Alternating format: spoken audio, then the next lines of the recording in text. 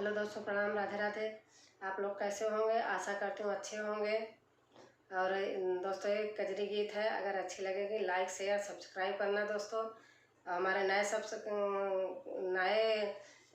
होंगे ऑडियंस तो सब्सक्राइब करेंगे और हमारी बेल आइकन प्रेस करेंगे और पूरी वीडियो देखेंगे। बहुत भजन है, हर तरीके के गाने हैं दोस्तों। धन्यवाद।